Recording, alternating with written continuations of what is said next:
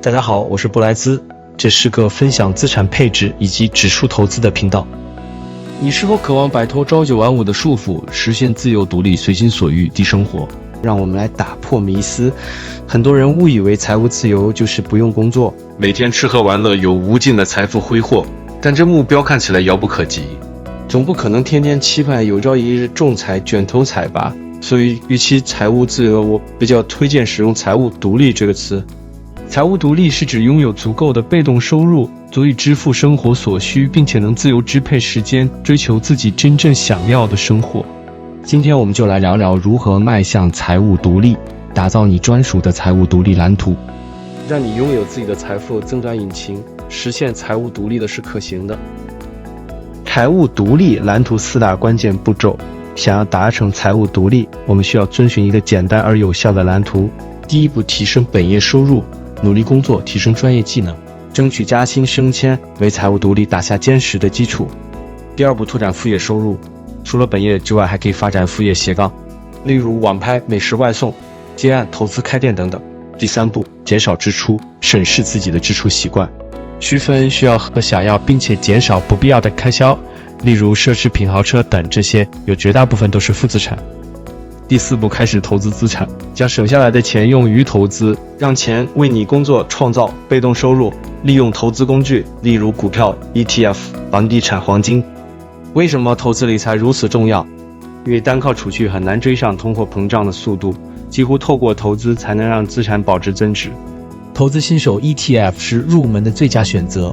ETF 有3大优点。第一点，分散风险，不用烦恼选股，买进 ETF 就等于一次投资多家公司，有效分散投资风险，就像采买一篮子股票，包含数十家甚至数百家公司的股票，可以一次买进一整个市场。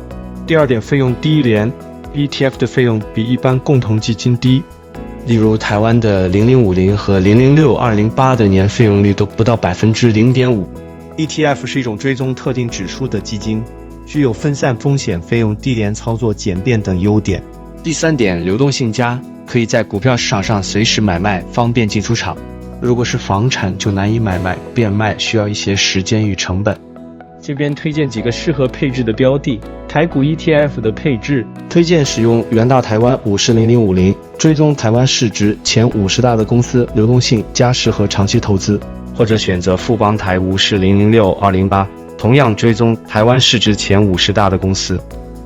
虽然规模比较小，但费用更为低廉，费用率比0050略低于 0.35%。投资前可以比较一下两者的费用率及追踪误差，选择最适合自己的 ETF。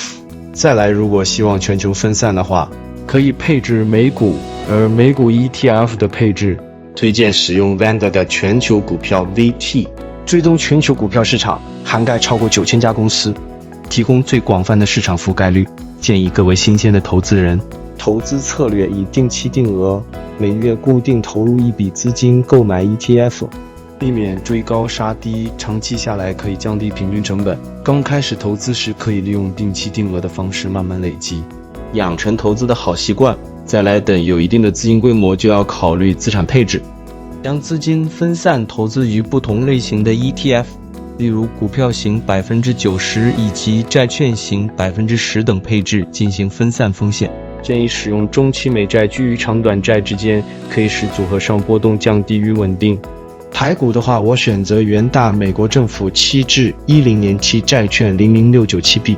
美股的话，我选择 Vanguard 总体债券市场 BND 或是 Vanguard 中期公债 VGIT 去搭配，根据自身风险承受能力调整比例，或是参考使用生日规则，例如100减年龄等于股票的比例。不过考量到因为生命年龄的长寿化，近年来会以110或是120去相减，也就是说120减年龄等于股票的比例。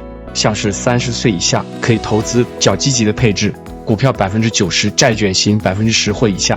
40岁之后，以后债券型开始逐渐调升，股票 80%， 债券型 20%。投资 ETF 之前必须了解 ETF 的内涵，应该仔细阅读 ETF 的公开说明书，了解 ETF 的投资标的费用、风险等资讯。ETF 投资适合长期持有，投资人应该设定合理的投资目标，并耐心等待投资成果。市场总是充满波动，投资人应该保持冷静，不要因为市场短期波动就随意买卖 ETF， 而做出不理性的投资决策。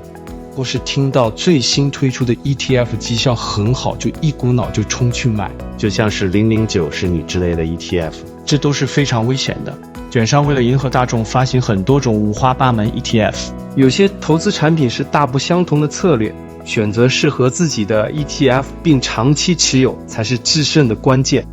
迈向财务独立是一个需要耐心和纪律的过程。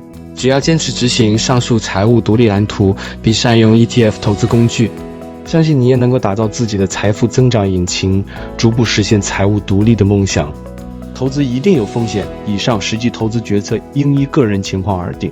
如果喜欢这部影片，欢迎按赞、订阅、加分享，这样有机会推送给更多有需要的人们。